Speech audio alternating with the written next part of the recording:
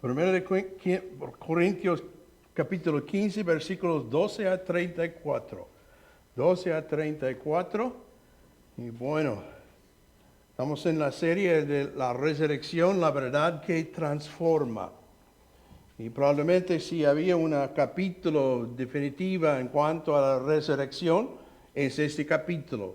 Porque todo el enfoque de todos los versículos, aunque hay secciones de paréntesis, tiene que ver con la resurrección.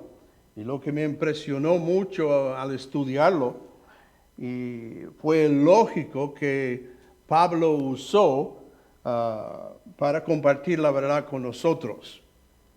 Así que generalmente no trata de hacer una exposición sobre tantos versículos, pero en nuestro plan tengo que hacerlo. Por eso, bueno, vamos a abrir nuestras Biblias a 1 Corintios capítulo 15. Y bueno, había un hombre que decidió que quería intentar llevarse todo su dinero al cielo cuando muriera. Nunca iba a ninguna parte sin llevar su cartera y la agarraba y se aferraba a ello con fuerza cada vez que pensaba que podía estar en peligro. Llegó a pensar que si moría mientras dormía en la cama no tendría la oportunidad de coger su dinero. Cada noche cogió su dinero y sus objetos de valor y los colocaba en una mesa en el desván, encima de su cama, pensando que si moriría podría cogerlo todo del camino al cielo. Y una noche murió mientras dormía. Y cuando a la mañana siguiente su mujer lo vio tendido y se dio cuenta que había muerto, subió corriendo al desván y descubrió que todo su dinero y sus pertenencias seguían sobre la mesa donde él les había dejado. Y ella exclamó: lo sabía. Sabía que tenía que haberles puesto en el sótano.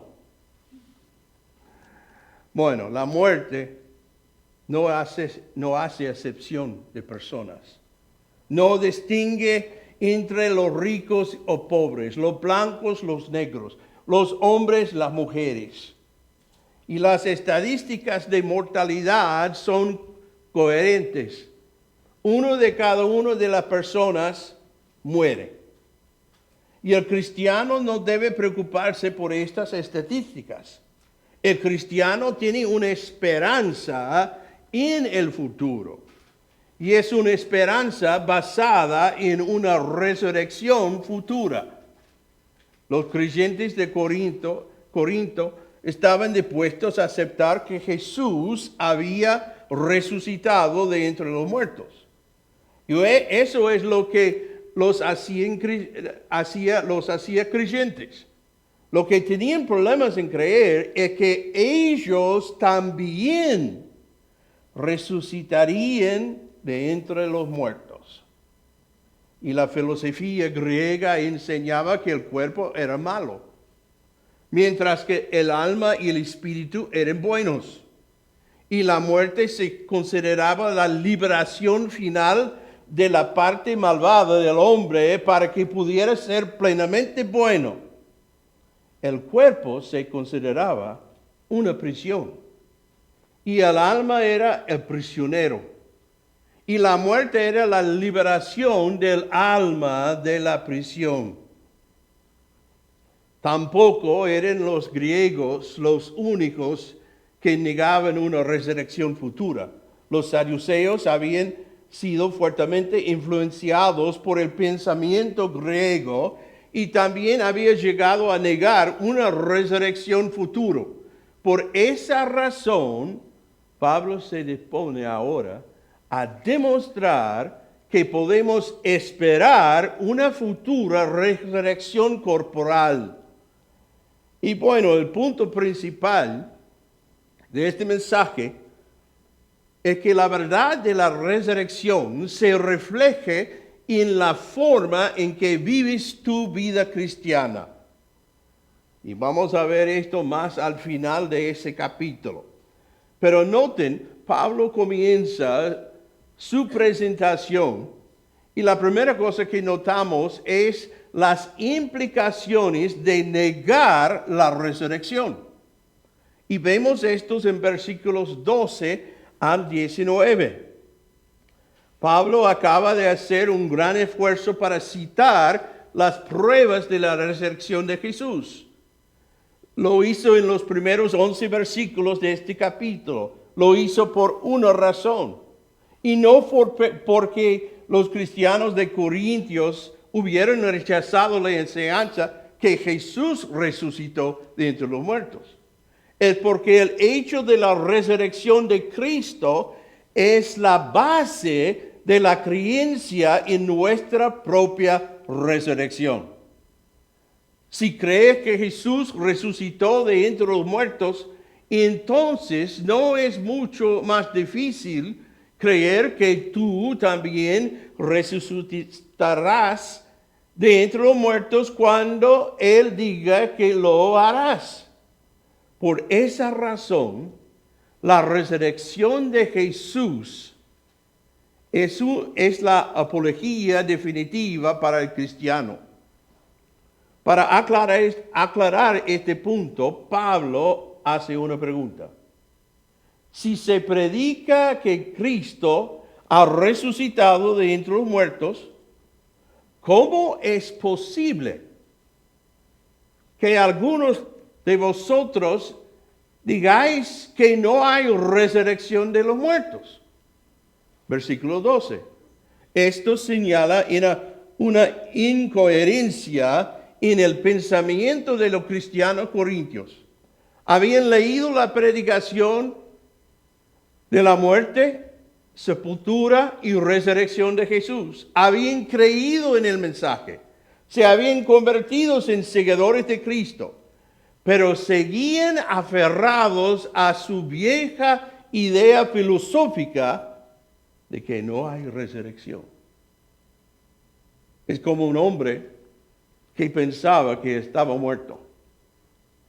Le dijeran lo que le dijeran, estaban convencidos de que había muerto. Su mujer llegó a un punto en que no pudo soportarlo más e insistió que fuera a ver un psiquiatra. El psiquiatra le hizo leer varios libros e informes médicos para demostrar que los muertos no sangran. Luego le llevó a ver una autopsia para que pudiera comprobar por sí mismo que los muertos no sangran. Después de todo esto, el psiquiatra interrogó al hombre y le escuchó decir que los muertos no sangran. Entonces el psiquiatra sacó un alfiler y pinchó en el dedo del hombre. Al brotar una gota de sangre, los ojos del hombre se abrieron en par y clamó: ¿qué va? Los muertos sangran después de todo. Por tanto, Pablo retoma la falsa presuposición de los corintios para mostrar a dónde les llevará. Utiliza el técnico del polemista. Supone que los corintios tienen razón y que no hay resurrección de los muertos. Esto lleva a 8 conclusiones lógicas. Y usted puede verlos en sus notas ahí. Número 1. Si no hay resurrección, ¿qué dice versículo 13? Pues si no hay resurrección de los muertos, entonces Cristo tampoco ha resucitado. Si realmente es imposible que la gente resucita de entre los muertos, entonces es igual de imposible que Jesús resucitara de entre los muertos. Sin embargo, Pablo acaba de demostrar que la resurrección de Jesús fue corroborada literalmente por cientos de testigos y que visto en diferentes momentos y en diferentes ocasiones. Número 2. Si no hay resurrección, la predicación carece de valor. Versículo 14. Y si Cristo no se ha resucitado, entonces toda nuestra predicación es inútil. Pablo había dedicado toda su vida a predicar el mensaje de la resurrección de Cristo. Y si Cristo no ha resucitado, entonces Pablo ha estado perdiendo el tiempo. Si Cristo no ha resucitado, entonces todas las iglesias de todas las comunidades del mundo deberían cerrar las puertas. Todos los misioneros deberían volver a casa. Todas las escuelas cristianas deberían enviar sus estudiantes fuera. Y todas las Biblias deberían ser recogidas y quemadas. Número 3. Si no hay resurrección, la fe del cristiano carece de valor. Versículo 14. Donde ya hemos leído, si no hay resurrección, entonces nuestra predicación es inútil y la fe de ustedes también es inútil. Si Cristo no ha resucitado, entonces tu fe está vacía, porque no puedes depender de un Salvador muerte. Bueno, esa es la gran distinción. Si quiere ver el Buda, el Mohammed, el resto de ellos está en la tumba. Pero de Cristo, no. La fe no es más fuerte que el objeto de esa fe. Y si Cristo no ha resucitado, entonces el objeto de su fe está pudriendo en una tumba. ¿Y cómo se sentirías si te estuvieras muriendo de cáncer y un amigo te dijera, bueno, yo conozco un médico estupendo, ve conmigo y te le presentaré? Subes a la coche, tu amigo te lleva al cementerio local y detiene delante de una gran lápida. Aquí está. ¿No sería muy tranquilizador? ¿Qué puede hacer por ti un médico muerto? Nada. Y lo mismo puede decirse de un Salvador muerte. Número 4. Si no hay resurrección, no hay resurrección, entonces los apóstoles eran mentirosos. Versículo 15.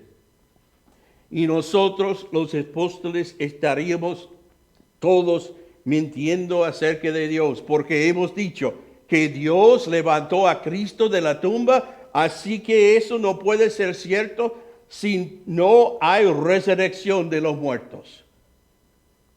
Bueno, ya es bastante mal ser un testigo falso. Eso es una violación del 9º mandamiento. Pero ser falso testigo de Dios es aún peor. Si no hay resurrección, entonces Pablo es un mentiroso. También es Pedro y todos los apóstoles. También, Martín Lutero, Juan Calvino, Dwight Moody, Billy Graham, aún este predicador aquí. Si Cristo no resucitó, no solo somos mentirosos, sino que también somos culpables de blasfemia contra Dios, porque hemos declarado que Él hizo algo que no hizo. Estaríamos hablando contra Dios y su juicio sería contra nosotros. Número 5.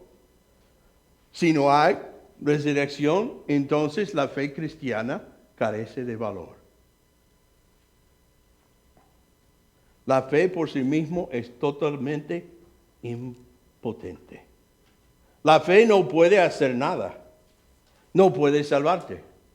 No puede convertirte en una persona mejor. No puede ayudarte en nada. La fe no tiene ningún valor si basa en un objeto indigno. Número 6. Si no hay resurrección, entonces sigues en tus pecados. Primera parte del versículo 17. Y si Cristo no ha resucitado todavía, son culpables de sus pecados. Si no hay resurrección, entonces vas a estar delante de un Dios santo que te va a juzgar y no tienes ningún recurso. Eres un pecador y Dios odia el pecado. Y eso significa que Él te odia y estás eternamente sin esperanza.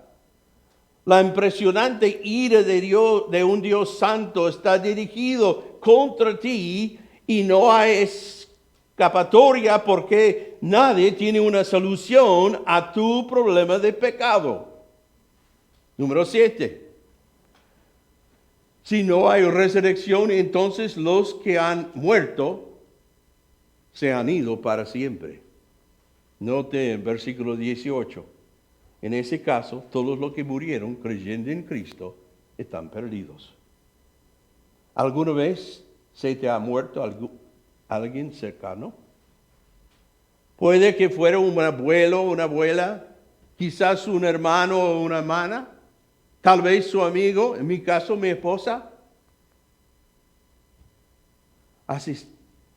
Asististe a su funeral y tal vez te reconfortó la idea de que su despedida, aunque dolorosa, es solo temporal. Si no hay resurrección, nunca los volverás a ver. Se ha ido y el consuelo que te dio su muerte se ha ido porque no están en un lugar mejor, están en un lugar peor y pronto tú también estarás allí. Número 8. Si no hay resurrección, entonces los cristianos son lamentables. Versículo 19. Y si nuestra esperanza en Cristo es solo para esta vida, somos los más dignos de lástima de todo el mundo. Si no hay resurrección, entonces todos los cristianos que alguna vez sufrieron persecución y que sacrificaron el dinero que tanto les costó ganar y que malgastaron su tiempo en hacer el bien, lo hicieron en vano. En lugar de perder el tiempo en la iglesia, podrías haber estado fuera divirtiéndote si no hay resurrección. Entonces, tu vida no es más que una broma de mal gusto. Y tú eres el chiste. Punto principal número 2. Las primicias de la resurrección. Y vemos esto en versículos 20 al 22, donde la palabra dice, lo cierto es que Cristo sí resucitó de los muertos. Él es el primer fruto de una gran cosecha, el primero de todos los que murieron. Así que ya ven, tal como la muerte entró en el mundo por medio de un hombre, ahora la resurrección de los muertos ha comenzado por medio de otro hombre. Así como todos mueren porque todos pertenecemos a Adán, todos los que pertenecen a Cristo recibirán vida nueva.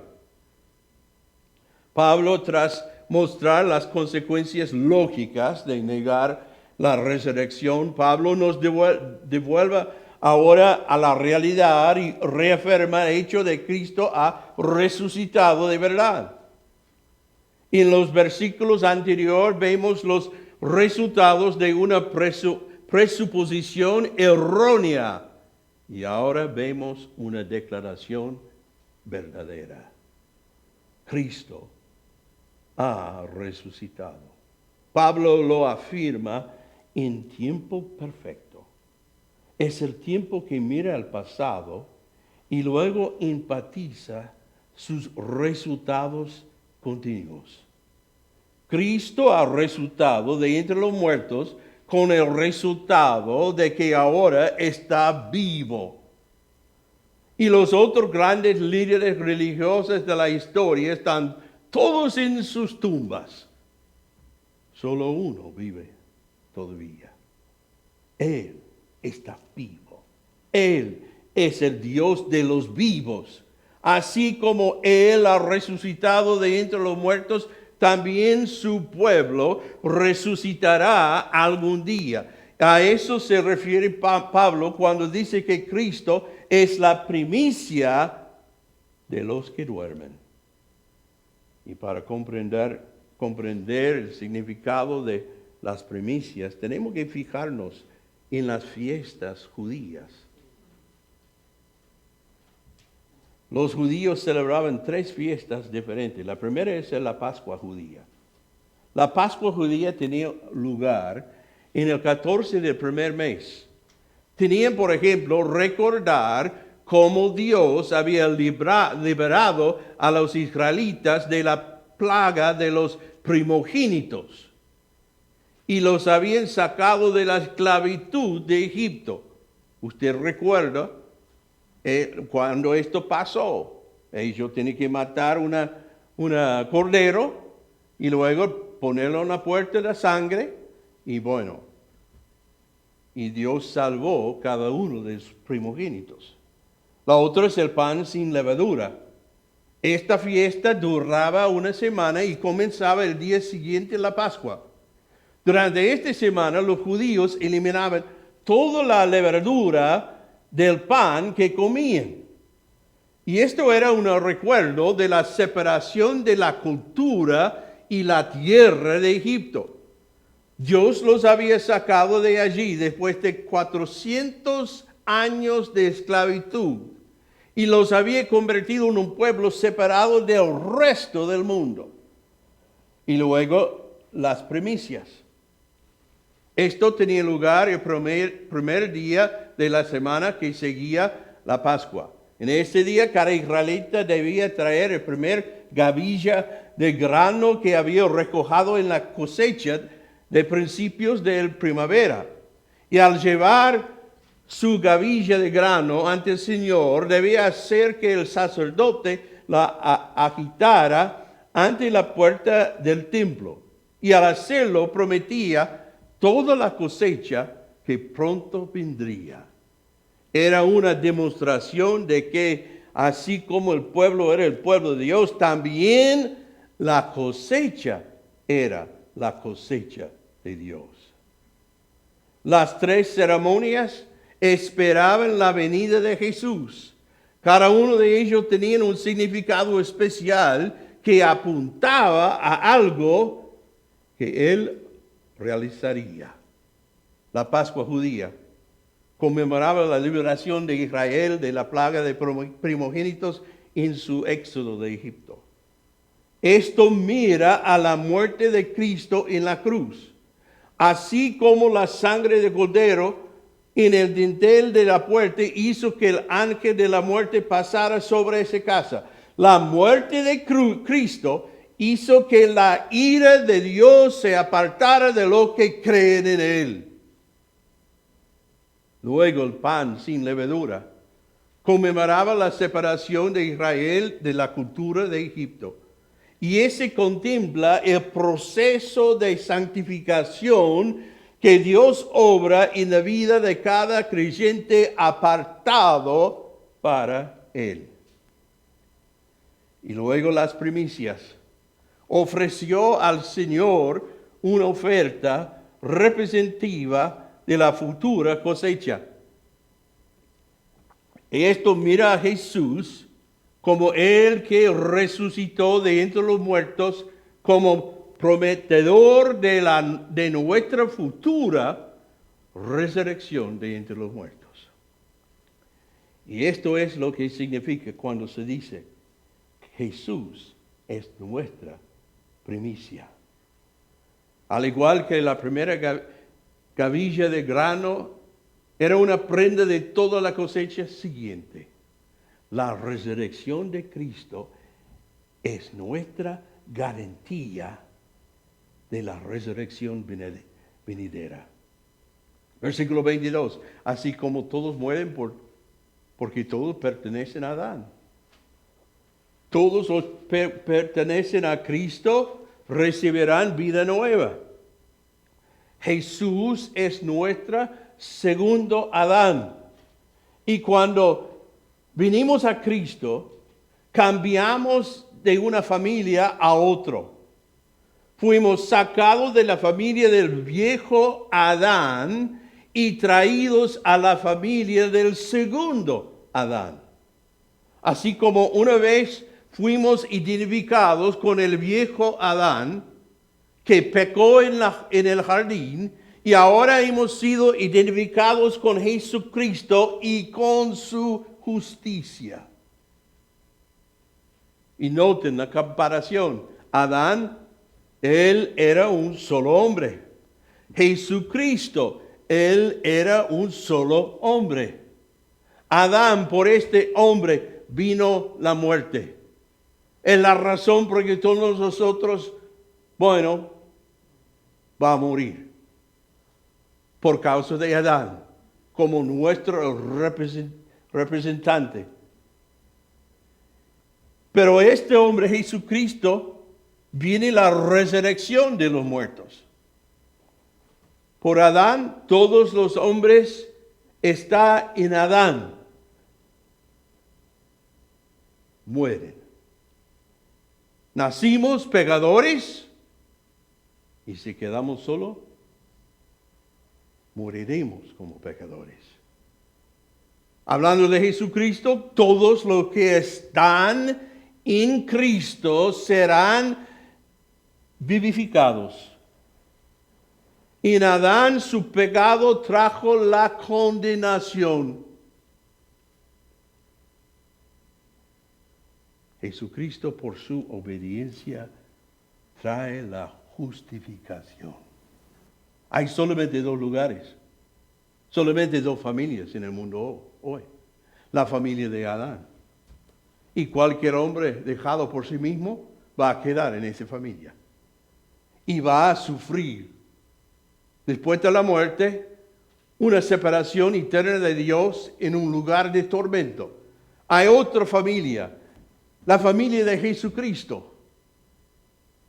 El segundo hombre, que murió en la cruz por una razón y solo una razón, para satisfacer la ira de un Dios santo y para ser nuestro sustituto en la cruz.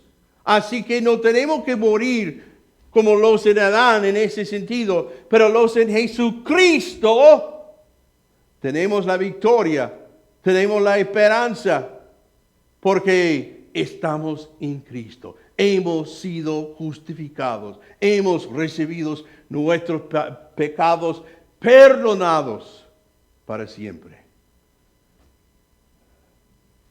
La muerte física entró en el mundo por el pecado de Adán.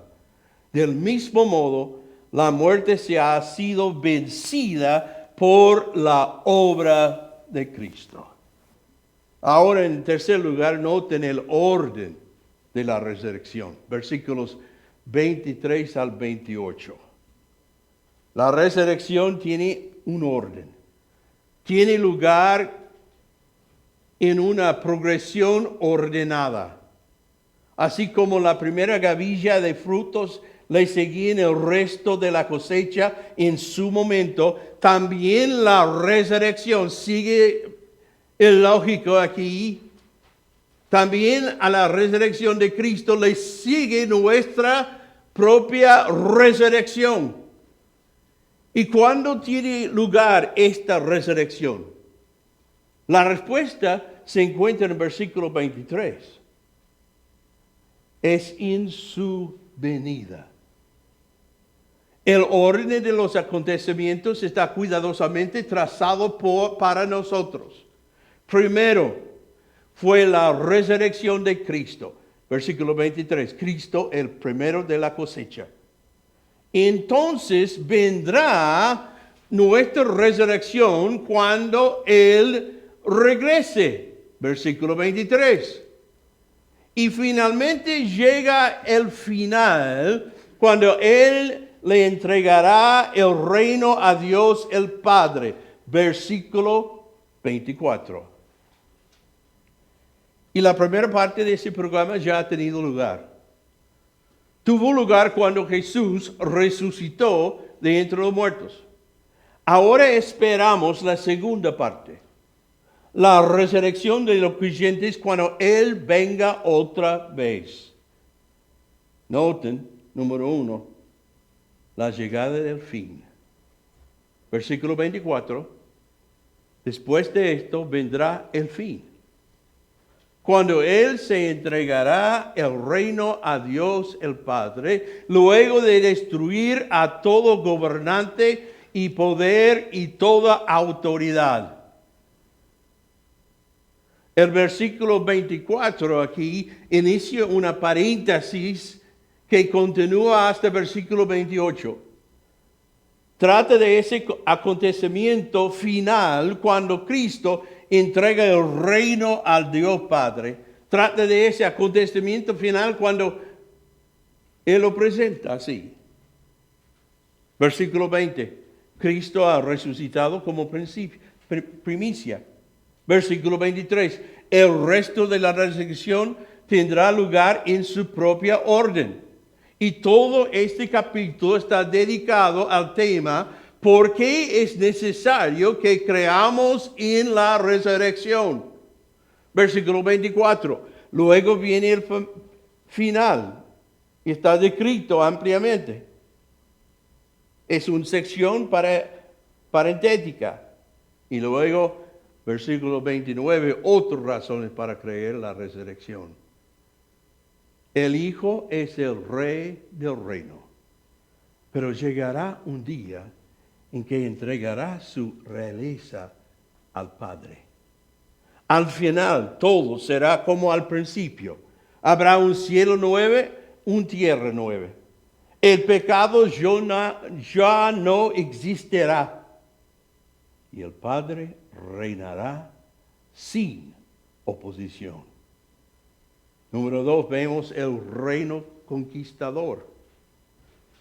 Versículo 25 dice, pues Cristo tiene que reinar hasta que humille a todos sus enemigos debajo de sus pies. Y cuando un rey conquistaba un reino vecino, el rey derrotaba, era llevado hacia adelante y se le hacía arrodillar con la cara en el suelo. El rey victorioso colocaba entonces su pie sobre la cabeza del enemigo.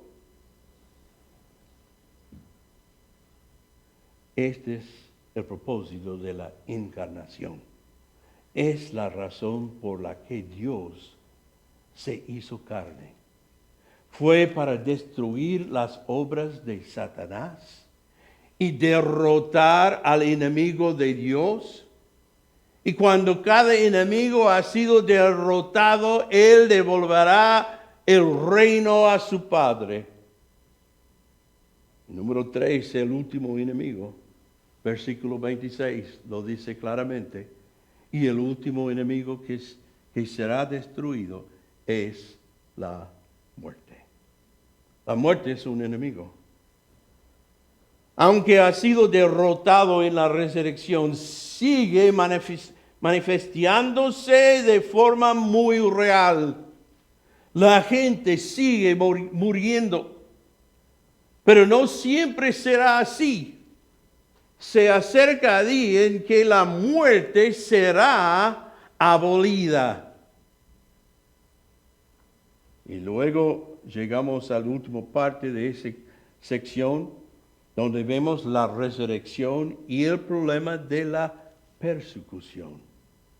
versículos 24 al 34. Ahora Pablo presenta su argumento final a favor de la resurrección corporal. Es el argumento del sufrimiento, la persecución y el martirio de los creyentes. Observe los elementos de este argumento. Versículo 30, hay peligro. 31, hay moribundos. 32, existe la posibilidad de luchar contra bestias salvajes. Es el lenguaje de la persecución y el martirio. Punto 1. Si no hay resurrección, ¿por qué bautizamos por los muertos? Y aquí la cuestión. Si no hay resurrección corporal, ¿por qué debería arriesgar su vida aferrándome a la fe cristiana?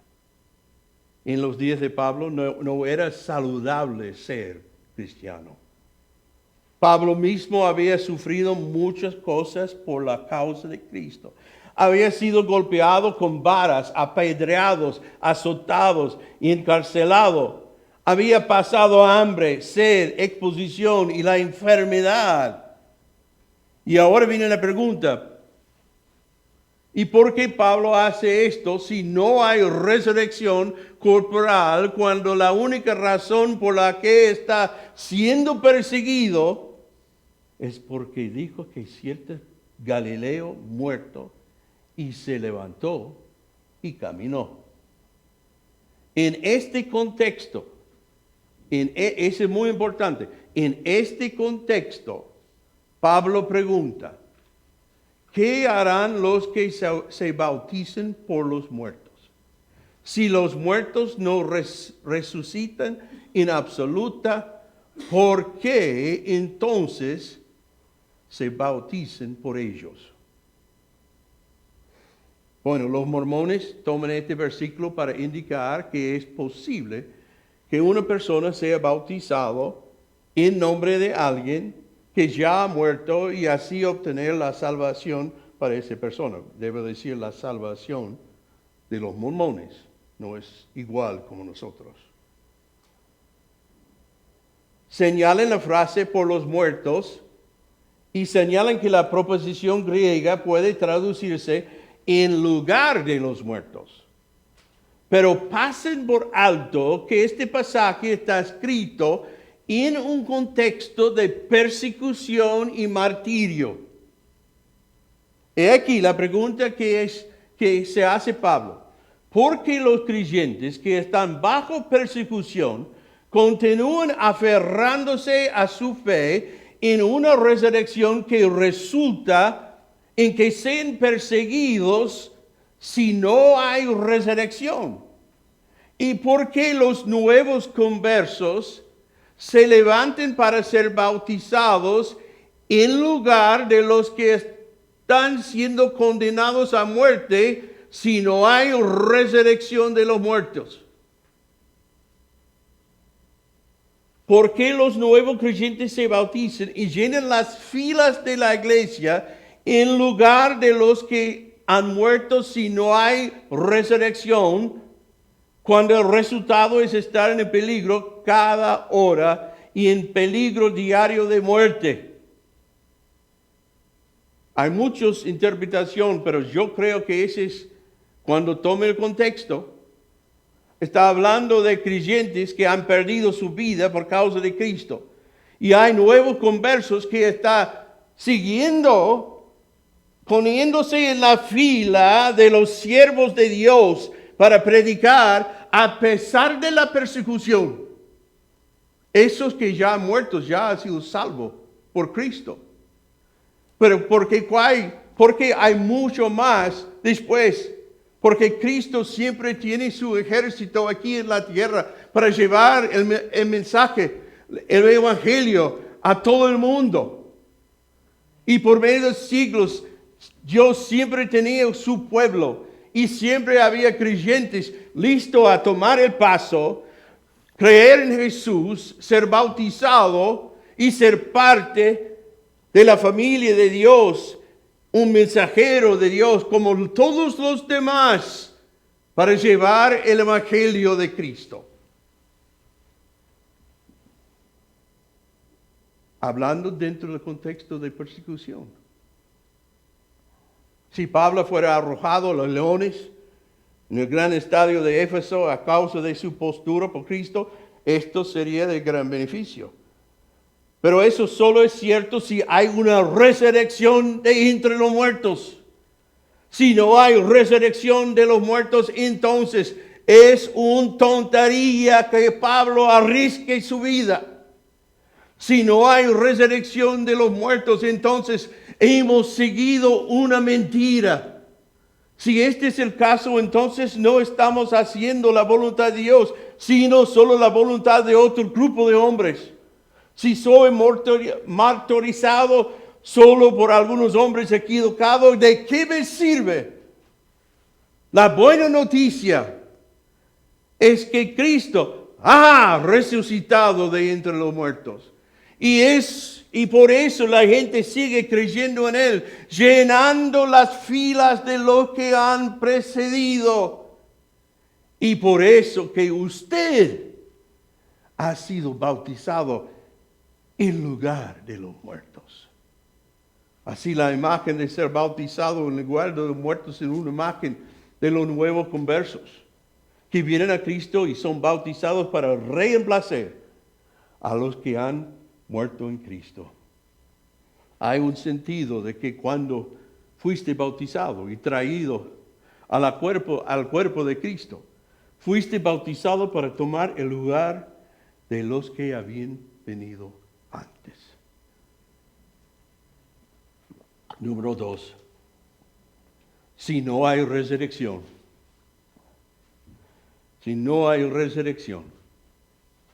versículo 30. Porque nosotros a todas horas pondríamos en peligro nuestra vida. No tiene sentido seguir siendo perseguidos por mantener la fe cuando se sabe que el núcleo central de esa fe es falso. Con este fin, Pablo dijo que todos los días enfrentó la muerte. Y a causa de su defensa de Cristo, se encuentre diariamente en peligro de muerte. Puede esperar ser martirizado cualquier día. ¿Por qué vivir bajo esa amenaza si no hay resurrección de los muertos? Número 3. Si no hay resurrección, porque los mártires sufren voluntariamente su destino. Pablo plantea esta pregunta en forma de una hipotética mártir. Si, versículo 32, si por motivos humanos luché con las fieras en Éfeso, ¿de qué me sirve? En caso de que no te hayas dado cuenta, el hecho de que Pablo esté vivo y escribiendo esta carta demuestra que en realidad no ha sido echado a los leones en Éfeso. Él está hablando hipotéticamente. Y si Pablo fuera arrojado a los leones en Éfeso debido a su postero en Cristo, habría un beneficio espiritual. Pero solo si hay una resurrección de entre los muertos. Si no hay resurrección de los muertos, entonces sufrir la muerte de un mártir es una tontería.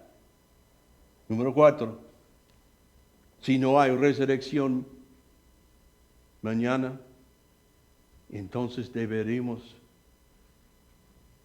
vivir solo para hoy.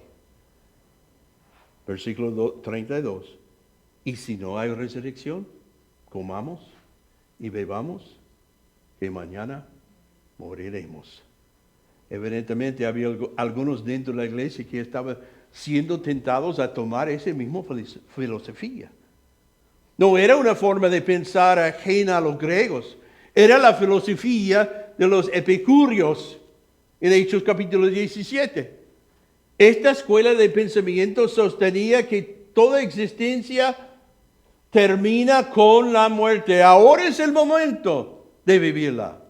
Disfruta de la vida mientras puedes, porque puede que haya un mañana. Pablo está de acuerdo. Dice que si la premisa es cierta, entonces la conclusión también es válido. Si no hay resurrección, esto debería ser su filosofía. Y luego número 5. Si mañana no hay resurrección, no importa a quién escuches hoy. Versículo 33.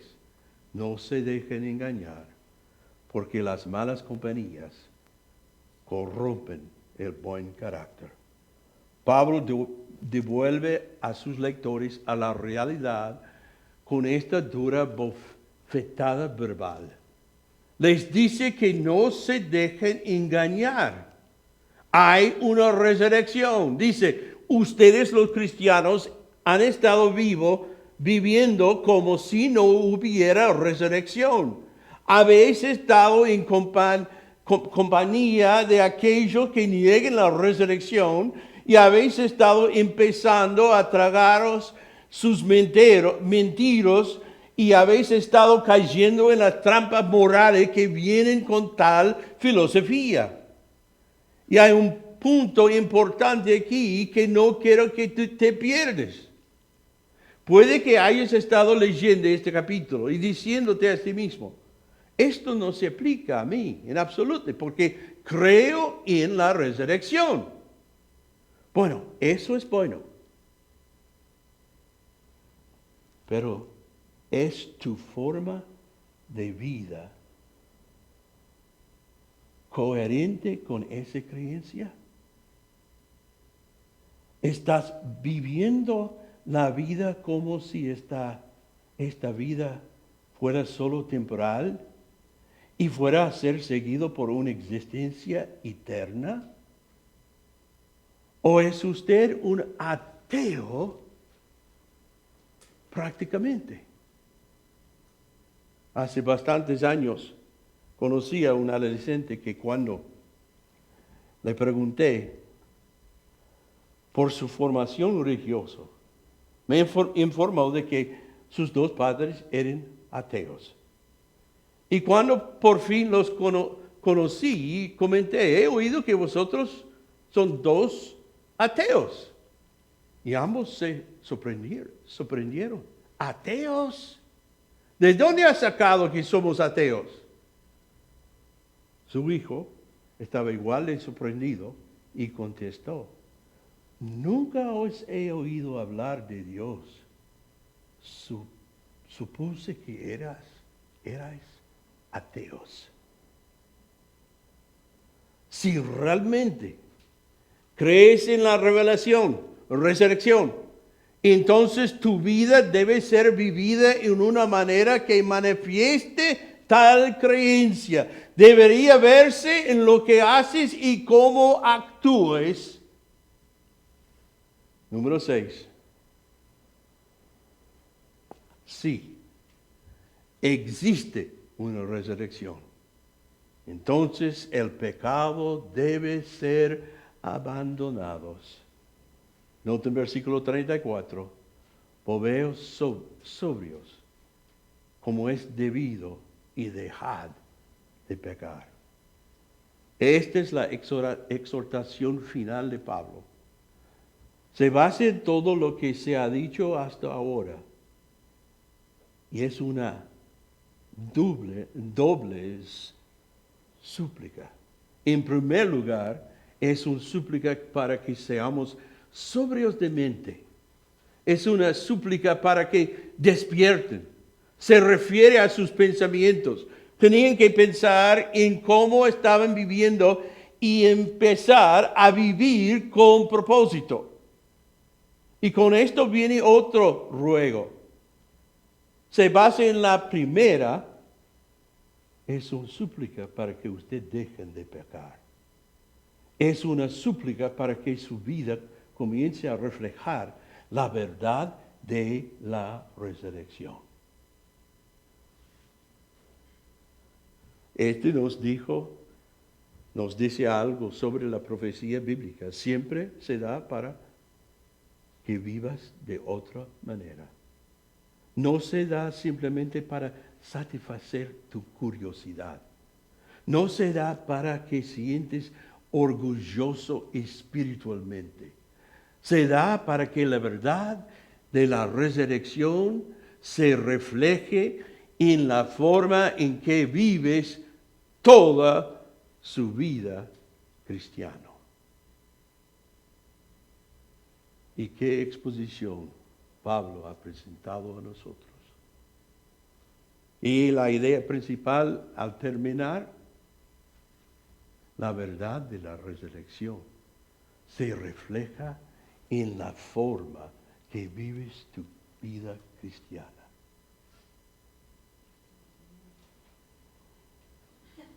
¿Qué de ustedes?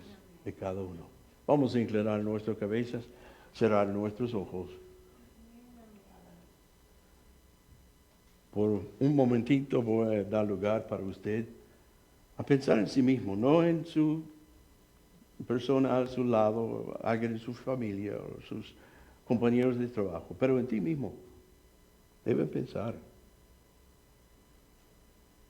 Lógicamente Pablo ha presentado, ha dicho que, bueno, Cristo resucitó y nosotros también. Vamos a experimentar una resurrección corporal. Esa es la única razón por que yo puedo seguir adelante después que llevamos 50 años con mi esposa. Porque habrá una resurrección corporal. Pero es solo para la gente que está en la familia de Cristo. Recuerda, había dos familias, la familia de Adán, que era en la muerte, pero la familia de Cristo, por su sacrificio, por lo que Él había hecho, y por nosotros individualmente, pidiendo que Él podría aplicar el pago para nuestros pecados a nuestras vidas. Yo crecí en una familia cristiana. Mi padre era un pastor toda su vida.